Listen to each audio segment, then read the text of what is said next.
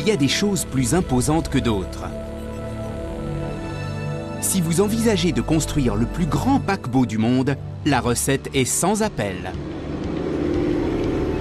Il vous faut de l'acier en grande quantité. Découpez les feuilles de métal comme des pièces de puzzle en évitant surtout de les mélanger, car tôt ou tard, il faudra les ressouder les unes aux autres. Vous vous retrouverez alors avec d'énormes morceaux qu'il vous faudra assembler comme dans un gigantesque jeu de construction. Très franchement, je pense que sur le plan de l'ingénierie, on peut encore aller beaucoup plus loin.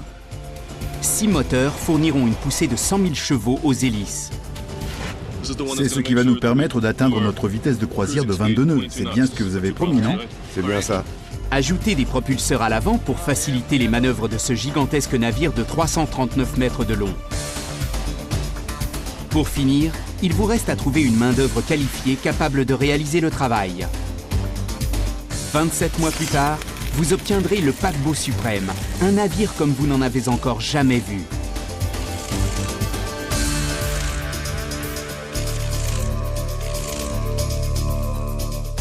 Quelle est donc la taille du plus grand paquebot du monde? Comparé au Titanic, il est gigantesque et il n'a rien à envier au plus grand porte-avions du monde, le Nimitz. En longueur, il rivalise avec l'Empire State Building à New York et la Tour Eiffel à Paris. Tout en lui est démesuré.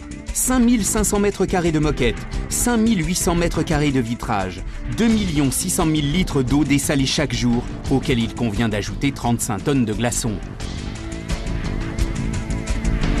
Au chantier naval de Turku, en Finlande, les travaux de construction de ce bateau sont bien entamés.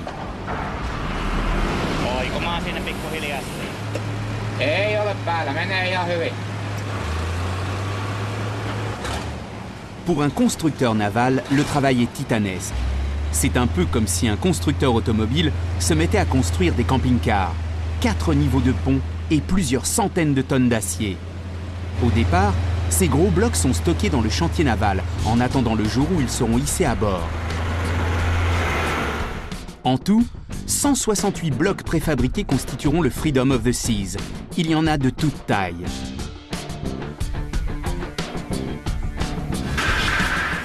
C'est ici que commence leur voyage. Ces plaques d'acier brut vont devenir une partie complexe du plus grand paquebot du monde. Mais comment ne pas s'y perdre dans toutes ces pièces? Après tout, elles forment un gigantesque puzzle. La clé de tout le processus consiste à classifier les 352 000 pièces qui constitueront le paquebot une fois fini. Dans les locaux de la production, un logiciel informatique sophistiqué sert à répertorier chaque pièce du bateau et permet de passer de la phase de projet au résultat final. Plus les pièces sont placées avec précision sur les plaques d'acier, moins il y aura d'acier gaspillé. La construction du paquebot nécessite 32 000 tonnes d'acier de qualité supérieure.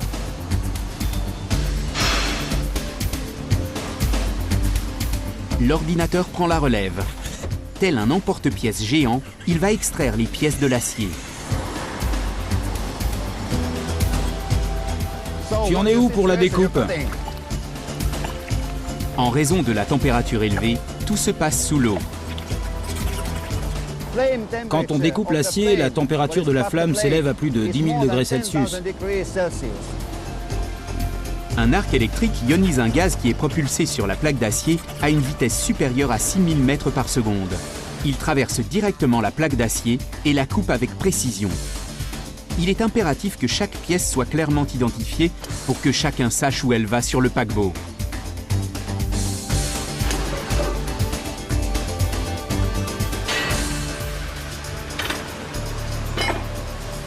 C'est comme une chaîne de montage. Les poutres de soutien sont reliées les unes après les autres aux murs et aux piliers. En fait, les blocs de pont sont assemblés à l'envers et à ce stade, on a du mal à savoir à quelle partie ils correspondront sur le paquebot fini. Ceci deviendra un restaurant. Et celle-ci, bien entendu, est la plus grande passerelle du monde, ainsi que le futur espace de travail du capitaine Bill Wright, qui est venu en Finlande pour voir le chantier naval et discuter du projet. Bonjour messieurs. Voilà, j'ai apporté quelques croquis. La construction d'un paquebot, c'est un peu comme celle d'une petite ville. Celui-ci pourra transporter plus de 5000 personnes. C'est sûrement une des choses les plus intéressantes qui soit. C'est un échange. Bien entendu, les responsables du chantier se sont vus confier la conception du navire parce qu'ils ont de l'expérience. Et à chaque fois qu'on veut faire des modifications par rapport au projet initial, ça introduit de nouveaux éléments. Cela peut comporter une certaine forme de risque, mais ils en sont pleinement conscients. C'est donc une affaire d'équilibre. Bien entendu, tout est faisable et tout a un prix. On dit très rarement non. On dit plutôt « voyons ce qu'on peut faire ». Si on allait droit au but, je veux parler de certains points concernant mon endroit préféré, la passerelle. Il y a quelque chose qui m'inquiète. Ce paquebot étant en cours de construction, de nombreux petits détails seront adaptés pour satisfaire tous les rêves et les besoins.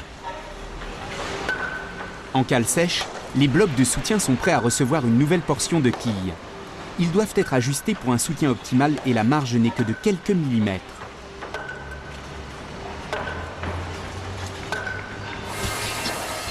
La pose de la quille a énormément évolué avec le temps. La précision est cruciale et les ouvriers du chantier doivent placer chaque élément de la quille avec le plus grand soin.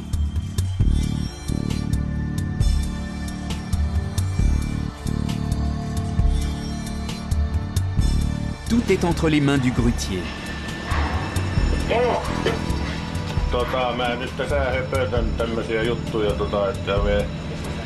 Grâce à d'habiles mouvements de manette, il placera une pièce d'acier de 4 tonnes pile au bon endroit.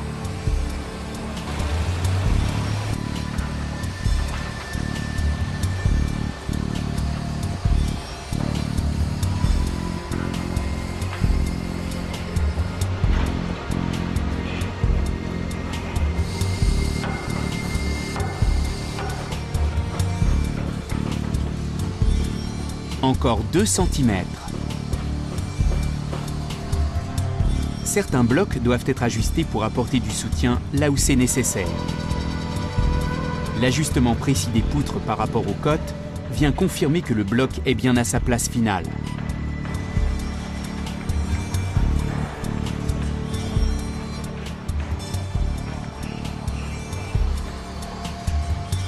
Une fois en place, la nouvelle pièce est rapidement soudée à la coque en pleine évolution par les ouvriers du chantier naval.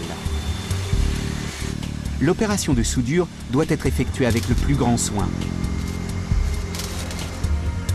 Sur près de 2 km de joints, un seul joint mal soudé suffirait à mettre en danger l'ensemble du paquebot et à entraîner un risque en matière de sécurité. Le joint doit rester propre et il est souvent préchauffé pour éviter que le métal ne travaille avant d'être soudé à une autre partie.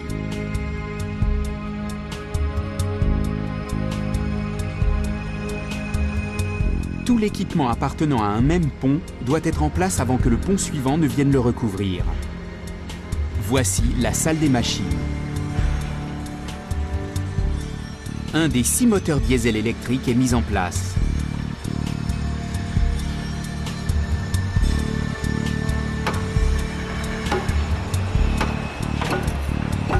Quelques semaines plus tard, il est temps d'installer l'une des parties de la quille arrière. La tâche est difficile lorsque les températures descendent bien au-dessous de 0 pendant l'hiver finlandais. Le futur équipage du Freedom of the Seas se rend en Floride aux États-Unis pour se préparer à ses fonctions grâce à un simulateur de navigation. Dans ce centre, nous avons la possibilité de reproduire tout type de situation environnementale que l'équipage peut rencontrer en haute mer, notamment des vagues de 3 mètres ou des vents de 40 nœuds. On peut aussi placer virtuellement le paquebot dans plus de 150 ports du monde entier. C'est comme dans la réalité. Tout est pareil, sauf qu'en fait, on est plus handicapé avec le simulateur. Le simulateur pose plus de problèmes que la navigation réelle. Et c'est une bonne chose. Il ne faudrait surtout pas avoir une bonne expérience ici avec le simulateur, puis se retrouver à bord et se dire « ce bateau est complètement différent, beaucoup plus difficile à manier ». C'est toujours l'inverse. C'est toujours plus difficile avec le simulateur. 2-0 à tribord. 2-0 à tribord. Bill Wright sera le premier capitaine de ce paquebot et Miami, son futur port d'attache. Mettre le bateau à quai ici signifie l'amener dans un bassin interne et le faire pivoter à 180 degrés dans un espace très réduit. L'équipage a besoin de se préparer à cette manœuvre. Voilà ce qu'on va faire. On va procéder à une approche classique. Carlos, si tu veux jouer le rôle du pilote, tu vas pouvoir manœuvrer le bateau de façon conventionnelle. Allez, c'est parti.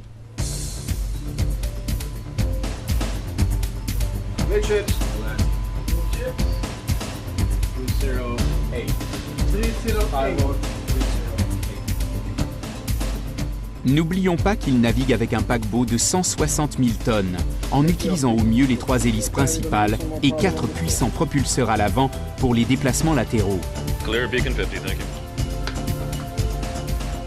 C'est délicat, même s'ils naviguent par beau temps et sans vent. Ils savent tous que les conditions réelles peuvent être différentes. On se stabilise à 69. Stabilisation. Stabilisation à 69.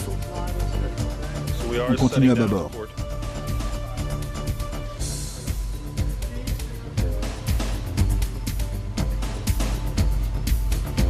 4 nœuds.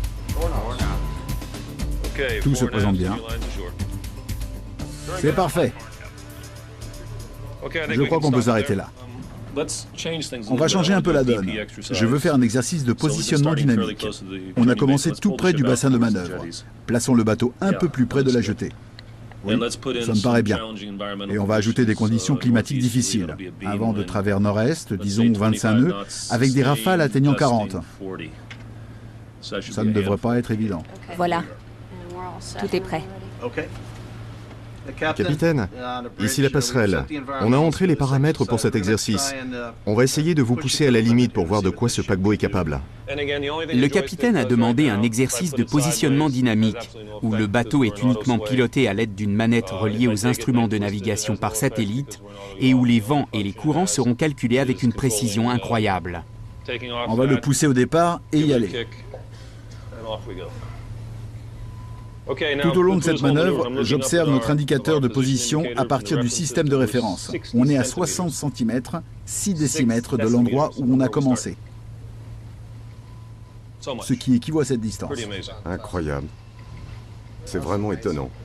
Ici, on peut se permettre de faire des erreurs, mais pas une fois qu'on sera en haute mer. Pendant ce temps, en Finlande, suites et cabines sont fabriquées à l'avance dans une usine qui se trouve à 1 heure du chantier naval.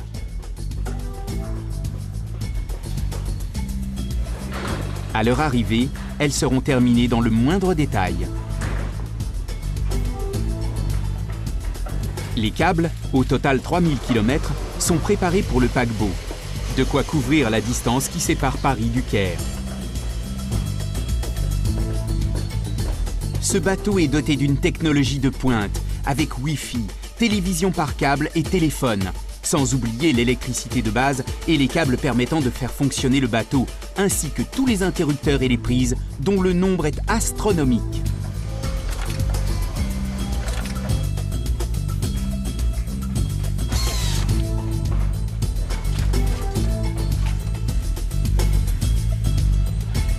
Les cabines de luxe sont préparées de sorte qu'il n'y ait plus qu'à les installer à bord du bateau.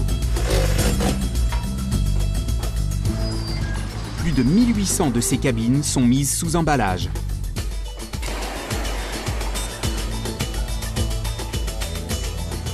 À ce stade, on a du mal à croire qu'il s'agit du futur espace à vivre d'un passager de croisière de luxe. Sur le chantier naval, pendant une longue période de production de 19 mois, tous les blocs sont assemblés pont par pont.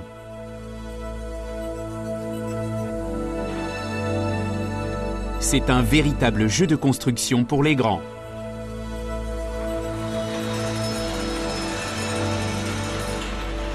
Le centre de gravité du paquebot se trouve au niveau du 4e pont.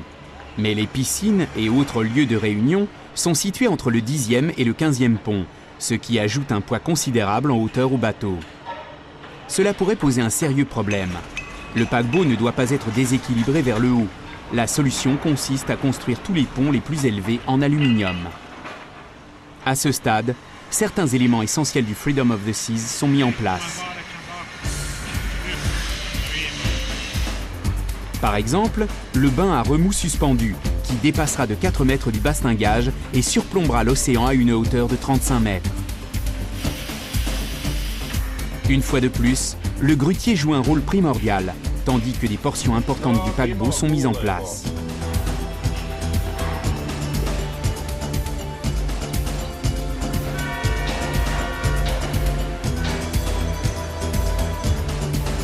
la proue, il manque encore des éléments essentiels, mais ceux-ci commencent à arriver, tels des ovnis se dirigeant vers la Terre. Les unités de propulsion arrivent en cale sèche. Elles portent le nom d'Azipod et constituent le dernier cri de la technologie en matière de propulsion de navires. L'unité consiste en un moteur électrique et une hélice montée sur une nacelle orientable. L'ensemble de l'unité sera fixé à la coque du paquebot. L'été arrive enfin sur les quais de Finlande, ainsi que des milliers de suites et de cabines.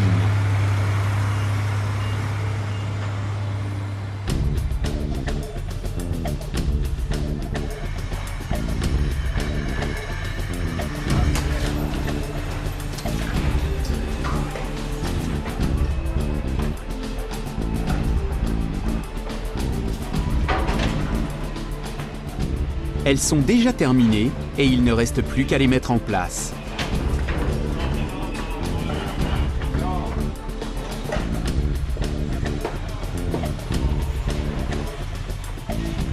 Immédiatement, l'eau, la ventilation et l'électricité sont raccordées. Il faut entre 30 et 60 minutes pour terminer chaque suite. C'est aussi le moment où la partie la plus secrète du Freedom of the Seas est déposée à bord. Rares sont les employés du chantier naval qui savent de quoi il s'agit. Mais ce sera quelque chose qu'aucun autre bateau de croisière n'a jamais eu à son bord. Cet élément est tellement secret qu'il restera emballé quelque temps sur le pont arrière. Nous sommes en août, et le Freedom of the Seas ressemble maintenant à un paquebot. Mais il reste encore beaucoup de travail à accomplir. Le bateau n'est encore qu'une coquille à ce stade. C'est son dernier jour en cale sèche, ce qui donne au capitaine Bill Wright et à Bernd Lundberg une dernière chance d'examiner tout ce qui sera sous la ligne de flottaison. Ça ne va pas tarder. 6 heures et 11 minutes. Ça approche. Passons à l'inspection finale des hélices principales. Très beau profil. Tout est impeccable. Il est prêt à naviguer. Ces azipods sont un rêve pour un capitaine. J'ai la possibilité de prendre ce pod et de le faire pivoter à 360 degrés, ce qui me permet de diriger la poussée générée par les 19 000 chevaux exactement comme je veux. Vous pouvez constater qu'il n'y a pas de gouvernail. C'est un bateau sans gouvernail. Grâce aux azipods et malgré sa taille extraordinaire, le Freedom of the Seas est un des bateaux les plus maniables qui soit.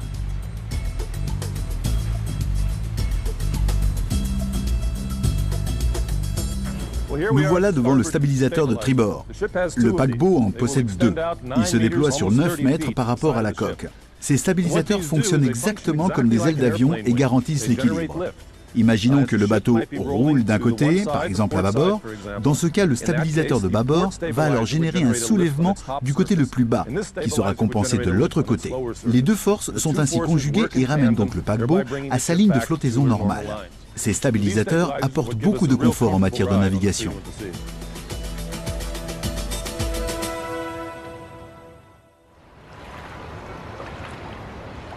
Il y a de nombreux bateaux à Turku en Finlande, mais aucun n'est aussi majestueux que le Freedom of the Seas. Il est temps de faire la lumière sur un nouveau chapitre dans l'histoire de la construction navale.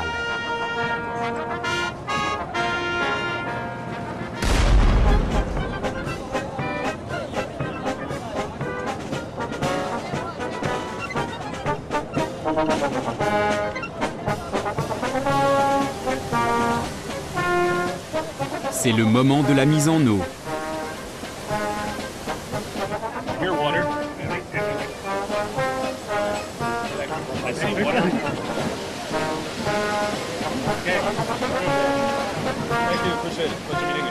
Merci beaucoup. Vous avez bien travaillé.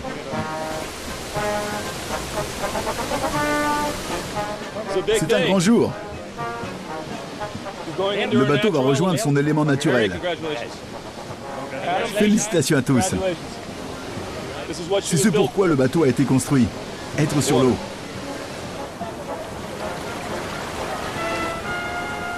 « 300 millions de litres d'eau doivent être stockés en cale sèche pour que le paquebot flotte véritablement. Cette opération durera 12 heures.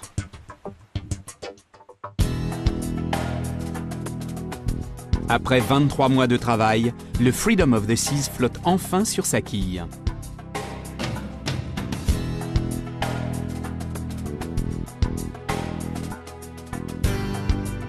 Il s'agit du plus grand bateau de croisière au monde.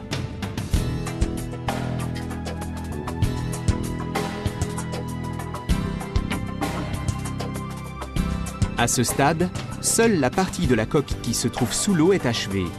À l'intérieur et sur les ponts extérieurs, il reste encore beaucoup d'équipements à mettre en place. Le paquebot restera au chantier naval en Finlande pendant des mois. C'est incroyable de se retrouver ici, 6 ou 7 mois avant la mise en service du paquebot. Ça permet de voir ce que ça va donner, de visualiser le résultat. Il faut savoir que la passerelle est le véritable cœur du bateau. Tous les instruments qui contrôlent les 100 000 chevaux du paquebot, dont 57 000 servent à manœuvrer les 3 pods, tout se trouve ici. C'est fou d'être ici et de se dire que dans quelques mois seulement, ce sera un bateau terminé et prêt à fonctionner. Pour que le paquebot soit achevé, ses ouvriers auront travaillé 5 millions d'heures à sa construction. Ils viennent de 20 pays différents pour apporter leurs compétences, mais doivent encore transformer cette coque vide en paquebot de luxe.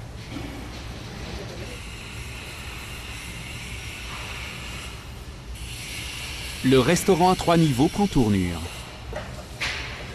Mais la passerelle est encore en chantier. Nous y voilà. Il reste pas mal de câblage. C'est vrai, ouais. Plus que 5 semaines avant les essais en mer. Vous serez dans les temps? Oui, je crois, oui. C'est sûr? Esa Mekele est responsable de la compagnie qui a commandé le paquebot. Il est convaincu que le chantier naval livrera dans les temps. Mais le premier essai en mer a lieu dans 5 semaines et il y aurait de quoi désespérer. De tous les chantiers auxquels j'ai participé, je pense que c'est l'élément qui m'étonne le plus en construction navale. Bien sûr, il y a l'acier, les tuyaux, les moteurs, mais il y a des câbles partout sur le paquebot. Où que l'on aille, de la cuisine aux cabines, et surtout ici sur la passerelle. Des câbles et encore des câbles. Dire que dans 5 semaines à compter d'aujourd'hui, on prendra la mer pour la première fois et que d'ici là, le chantier naval doit assurer que tous ces fils sont connectés au bon endroit, que les systèmes fonctionnent et que le paquebot est prêt à prendre la mer. Ils affirment qu'ils y arriveront, alors tout ce qu'on a à faire, c'est attendre. Et c'est incroyable. Ils ont tenu parole. Nous sommes en décembre et le paquebot entame un essai en mer de 5 jours durant lesquels il sillonnera la Baltique. Même si la majeure partie du paquebot est loin d'être terminée, les moteurs diesel électriques tournent à plein régime.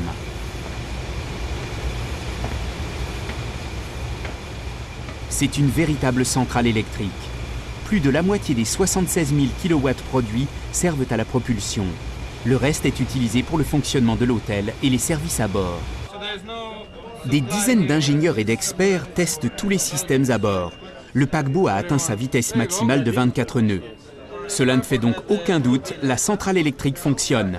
Mais toutes les informations qui parviennent à la salle de contrôle ne sont pas bonnes. Les détecteurs placés à l'intérieur de l'azipode d'une des hélices envoient un signal d'alarme. Sur l'écran de l'ordinateur, le niveau de métal et de poussière dans l'huile de lubrification est trop élevé. Si ces particules se placent entre les billes et les rails, à long terme, ça peut endommager le roulement. Ce contretemps majeur peut retarder l'ensemble du processus de construction.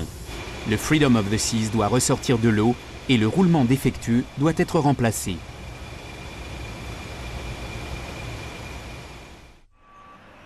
La situation empire lorsque le bateau se retrouve piégé dans la glace. On va avoir environ 150 passagers, voire plus. On doit les remettre en rang. Il faut qu'il y ait les hommes au fond, puis les femmes et les enfants devant. C'est peut-être le plus grand paquebot du monde, mais il n'est pas conçu pour braver les dangers de la glace. L'équipage doit être prêt à affronter n'importe quel scénario, même le plus improbable.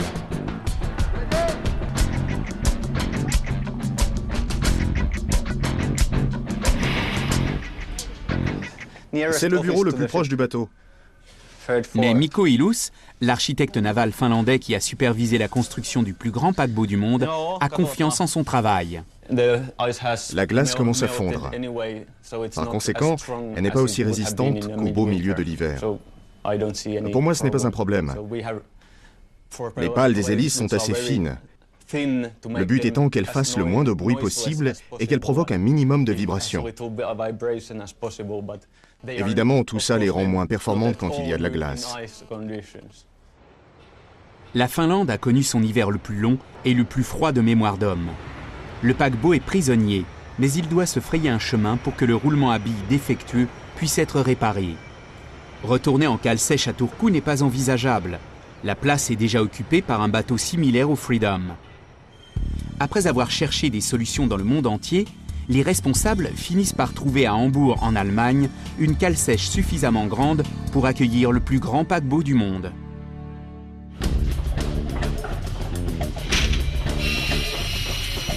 L'intérieur du bateau et les ponts extérieurs ne sont pas terminés, et la seule possibilité consiste à faire venir des ouvriers jusqu'en Allemagne pour y travailler 24 heures sur 24.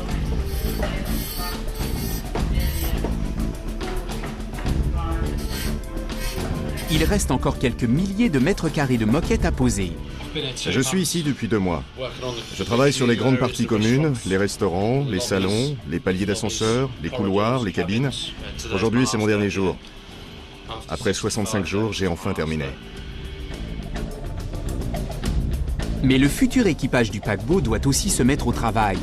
La réception peut commencer à fonctionner et à accueillir les 2200 membres d'équipage et ouvriers qui seront à bord pour la traversée.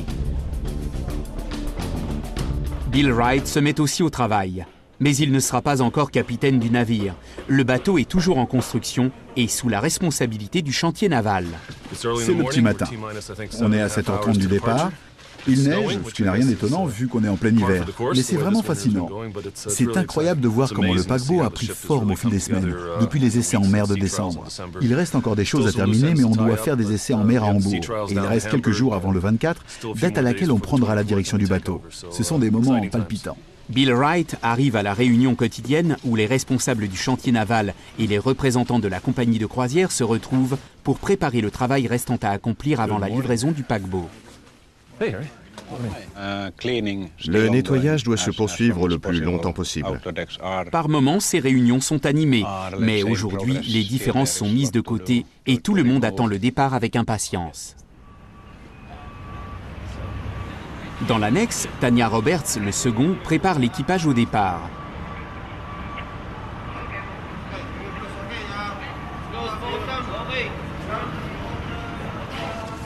Le grand moment est arrivé.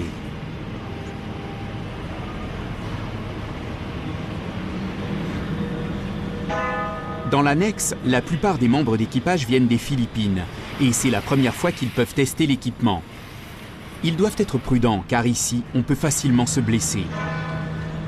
Tout ne se passe pas toujours comme prévu. Mais cette fois, ce n'est qu'un incident mineur. Parfait, allons-y. Je trouve que c'est beau de voir cet immense paquebot quitter la Finlande. Surtout que je suis aussi originaire de Finlande. C'est donc une belle expérience pour moi de naviguer sur le plus grand paquebot du monde et de quitter la Finlande. C'est très agréable. C'est un grand moment.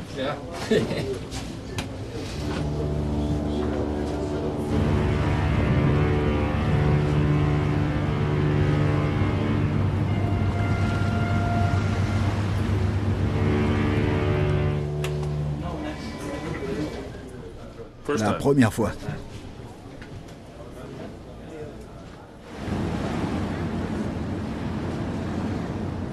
Plusieurs milliers d'ouvriers restent à quai.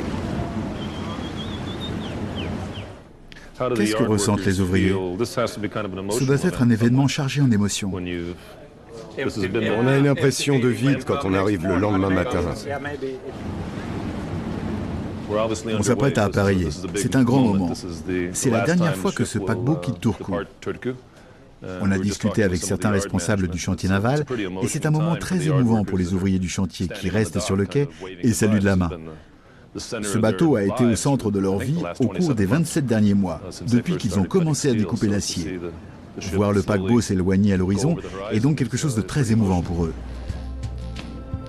Mais le Freedom of the Seas est conçu pour des eaux plus chaudes, pas pour jouer les brise-glaces sous des latitudes septentrionales. Sa coque n'est pas faite pour la glace. Pourtant, il parvient à se frayer un chemin dans la banquise.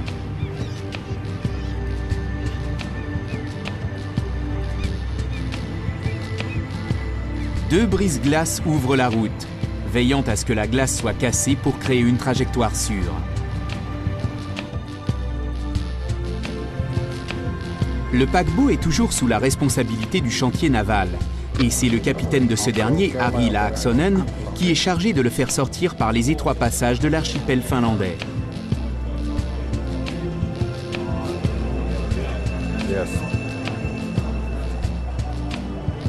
Le long des côtes, des gens se massent pour dire adieu au Freedom of the Seas et à son équipage.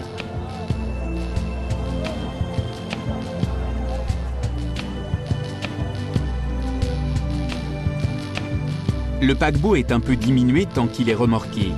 Il ne peut pas utiliser ses propres hélices. Elles sont trop fines pour affronter les blocs de glace qui risqueraient d'endommager les pales.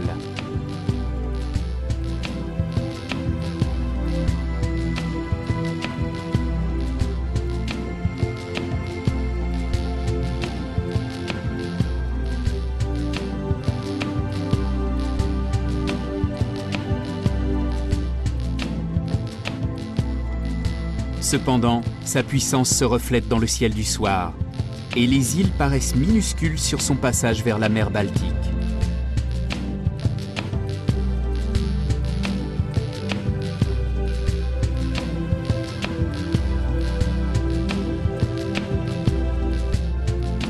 Remorqué à une vitesse de 5 nœuds, il lui faudra 12 heures pour atteindre le large.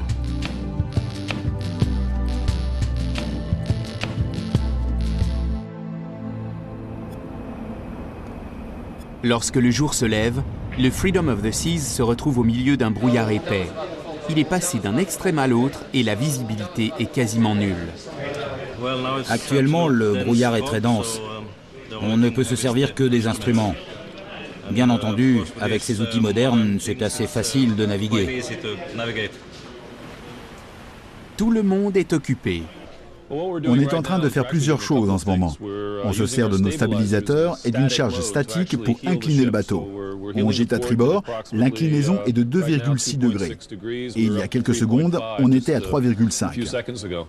Le but de cette opération est de tester l'efficacité des stabilisateurs. Mais pour l'instant, le plus important, c'est que lorsque le bateau gîte, on ait la certitude que toutes nos portes et nos énormes cloisons coupe-feu de la promenade puissent fonctionner et fermer correctement. C'est pour ça qu'on laisse le bateau dans cette position pendant un certain temps. Ensuite, on poursuivra pour tester les portes coupe-feu. Les instruments de navigation à bord sont ce qui se fait de mieux, et ils fournissent à l'équipage un ensemble complet de graphiques électroniques ainsi qu'un système de pilotage automatique. Les officiers de la passerelle ignoraient qu'en raison de l'inclinaison prolongée du paquebot, de l'eau sale avait reflué dans les conduites et inondé les cabines de l'équipage. Oui, c'était pendant les tests d'hier. L'inclinaison a été maintenue à 3,5 degrés pendant environ 2 heures. C'est comme si plusieurs personnes avaient pris une douche en même temps. Dans la chambre aussi, c'était la douche pour nous. Maintenant, on évalue les dégâts, on nettoie et on fait en sorte que leur cabine ne soit pas touchée pendant trop longtemps. On verra dans un jour ou deux s'il faut changer la moquette et dans quel état se trouve ce qui est dessous. On va surveiller tout ça.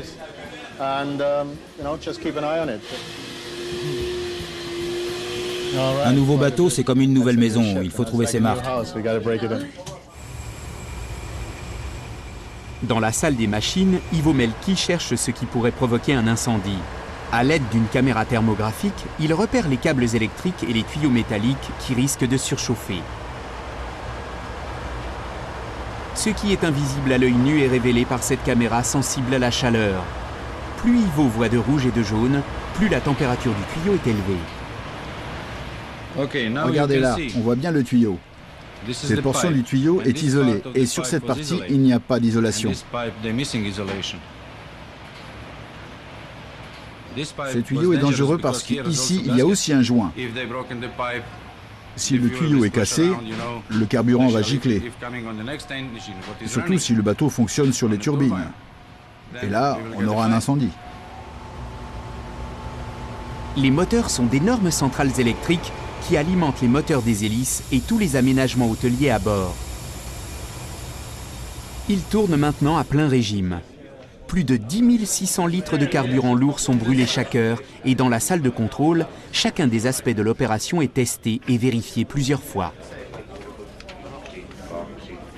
Per Berge vient de Norvège et représente la compagnie de croisière. Il veut s'assurer qu'il en a pour son argent. On achète le paquebot morceau par morceau. Une fois qu'il nous livre ce qu'on veut, on signe. Des milliers de protocoles et de notes sont signés, tandis que le chantier naval s'approche de la livraison finale du paquebot. Le Freedom of the Seas navigue à vitesse maximale dans les détroits danois. L'équipage se prépare à un passage spectaculaire sur la route qui mène à Hambourg. Il faudra notamment passer sous un pont qui est à peine plus haut que le paquebot, et ce moment sera riche en émotions. Dans moins de 5 minutes, on va passer sous le Great Bell Bridge. Et je crois que tout est en place, qu'on est bien préparé. Évidemment, ce qui nous préoccupe le plus, c'est le dégagement qu'on aura effectivement. Quand on passera sous le pont, on sera à vitesse maximale, ce qui produira un squat, c'est-à-dire un effet hydrodynamique. Comme la profondeur est relativement faible sous le pont, ça va faire baisser le paquebot d'environ 1 mètre, je pense. Cet effet, combiné au lestage et à notre dégagement théorique d'1,50 m, devrait nous permettre de réussir notre passage sous le pont. La hauteur du passage est de 65 mètres et la nôtre, d'après ce que le capitaine m'a dit, est de 63,80 mètres. On aura donc largement la place de passer. 65 mètres, c'est la hauteur garantie. Tant qu'on fait moins de 65 mètres, il n'y a donc pas de problème, on est sûr de passer. Enfin, j'espère. C'est donc à vitesse maximale que le Freedom of the Seas aborde son passage sous l'un des ponts les plus longs du monde.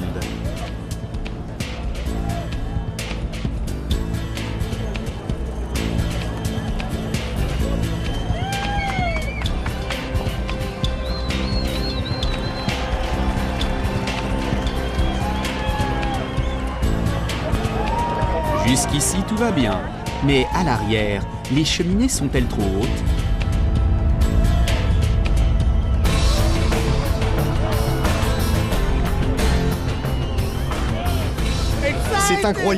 C'est incroyable mes amis. Pour la première fois, on vit un grand moment. Regardez-moi ça, je n'en reviens pas. J'ai cru qu'on allait toucher le pont, je vous assure. Ce moment s'est avéré palpitant. Mais ce n'était qu'une parenthèse dans le dur labeur de l'achèvement du bateau, car il reste encore beaucoup de travail à faire et en très peu de jours.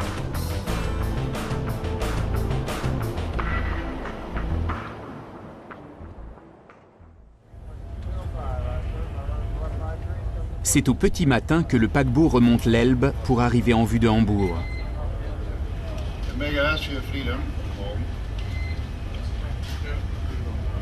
C'est l'aube. Et pourtant, des milliers de gens sont massés le long du fleuve pour découvrir le plus grand paquebot du monde. Celui-ci ne déçoit personne et occupe quasiment tout le lit du fleuve. Mais pour entrer en cale sèche, il doit d'abord effectuer un demi-tour complet, semblable à celui que l'équipage a répété en Floride grâce au simulateur.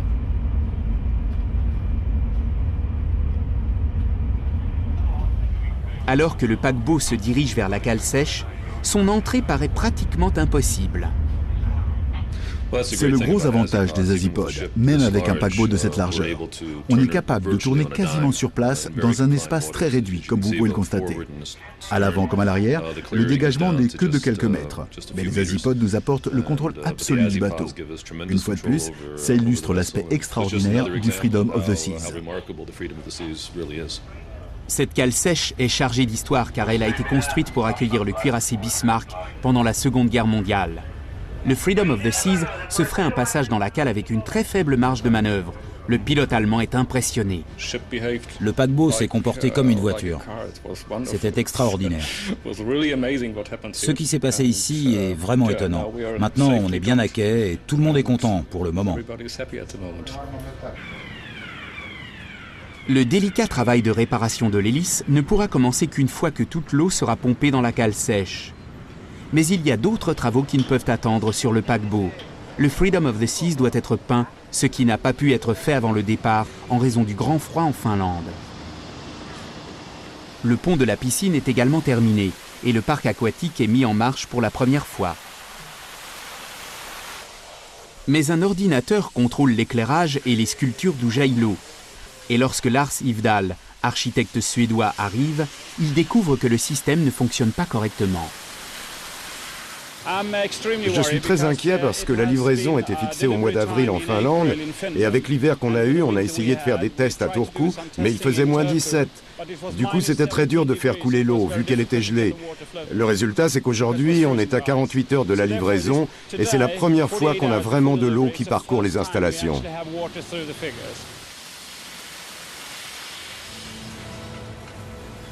Mais la raison principale pour laquelle le paquebot se retrouve à Hambourg est la réparation du roulement à billes défectueux. La nacelle de l'hélice doit être démontée.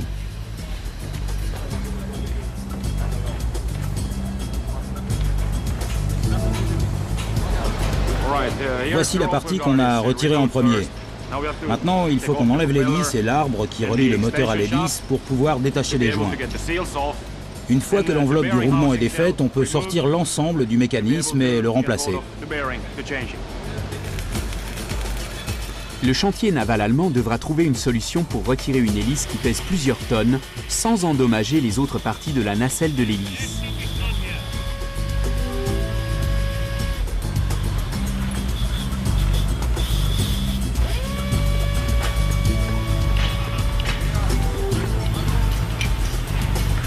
Ils ne peuvent qu'attendre, mais cela ne va pas sans inquiétude.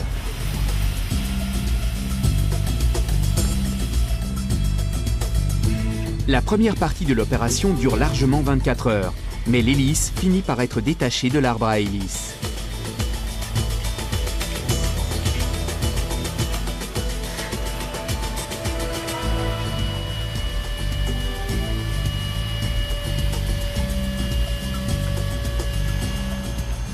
Il faudra encore 24 heures pour que les ouvriers puissent atteindre les roulements à billes endommagés à l'intérieur de la nacelle.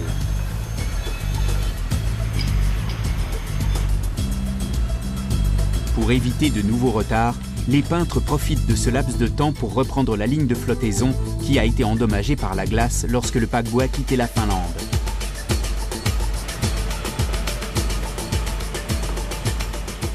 Le roulement à billes défectueux est enfin démonté.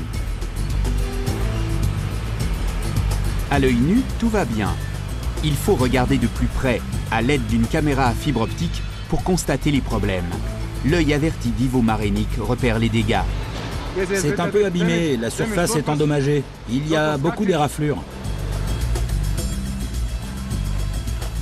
Un nouveau roulement à billes est mis en place et cette fois, tout le monde s'assure qu'il sera protégé de la poussière.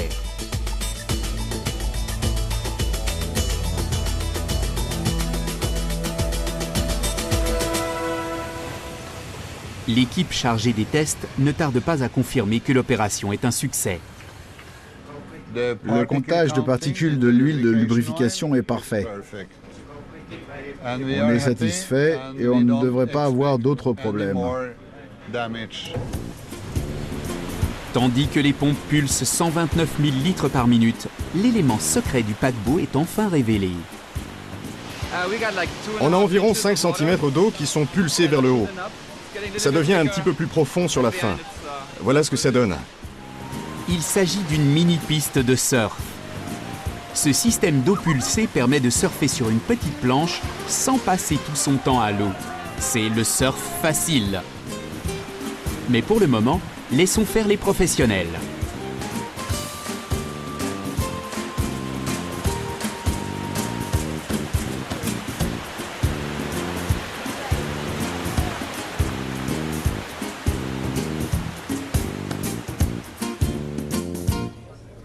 Il a fallu 2 ans et 7 mois, mais on touche enfin au but. Très bien. Merci beaucoup. C'est un grand moment.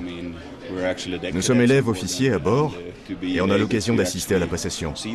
D'être sur la passerelle, c'est incroyable. Jusqu'à cet instant, Bill Wright était un simple passager à bord d'un paquebot géré par le chantier naval. Mais aujourd'hui, il a revêtu son uniforme de capitaine pour prendre ses fonctions. Cette signature vaut environ 500 millions d'euros, le prix du plus grand paquebot du monde. Au Freedom of the Seas. Tandis que les autres trinquent au champagne, Bill Wright, respectueux du protocole, se contente de jus d'orange, car il est maintenant officiellement capitaine du paquebot. Et c'est à ce titre qu'il donne son premier ordre. Thomas.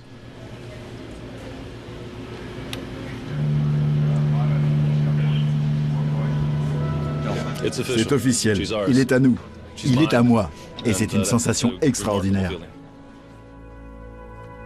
Le grand jour est enfin arrivé. Bill Wright peut endosser son rôle de capitaine du Freedom of the Seas.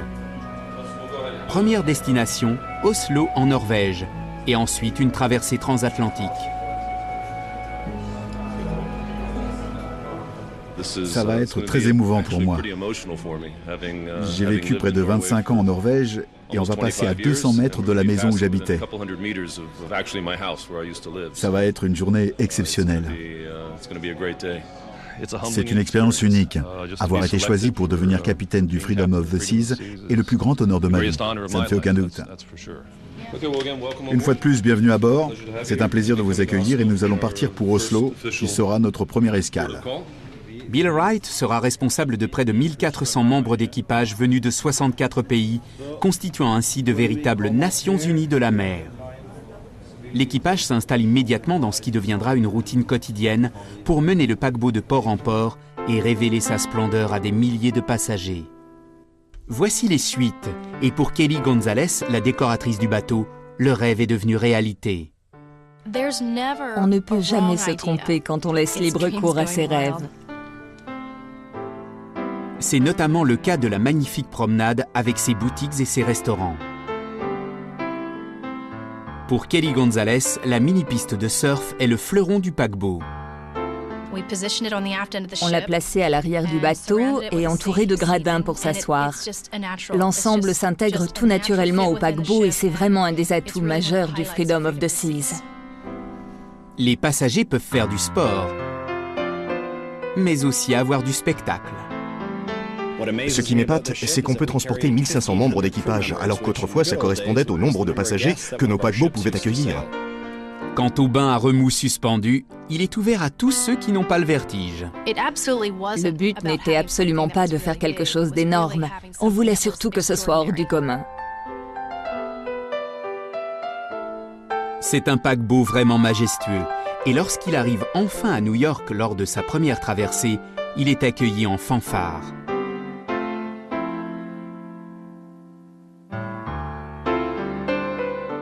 Il porte le nom de Freedom of the Seas, mais c'est aussi et surtout le paquebot suprême.